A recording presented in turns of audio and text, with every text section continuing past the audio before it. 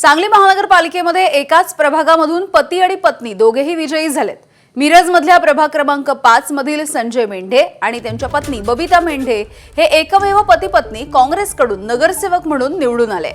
संजय मेंढे हे 4000 मतांच्या लीडनं तर बबिता मेंढे या 4500 मताच्या लीडनं विजयी झालेले आहेत। सोबत हे दाम्पत्य आहे। बापू, सुरुवातीला अभिनंदन। थँक्यू। तुमची कितवी टर्म, कशा पद्धतीची निवडणूक राहिली? माझी 5वी टर्म आहे ही आणि बबिता मेंढेंची 5वी टर्म आहे। दोघे आम्ही जवळजवळ 6 वेळेला निवडून 6व्यांदा मी निवडून आलो। या टर्ममध्ये खऱ्या अर्थानं नागरिकांनी वार्ड क्रमांक 5 मधल्या सर्वच नागरिकांनी आमच्या पतीपत्नीवर दोघांच्यावर विश्वास ठेवून अतिशय भरघोस मतानं, म्हणजे बबिताला 4000 मताचं लीड आहे आणि मला स्वतःला 4500 मताचं लीड आहे।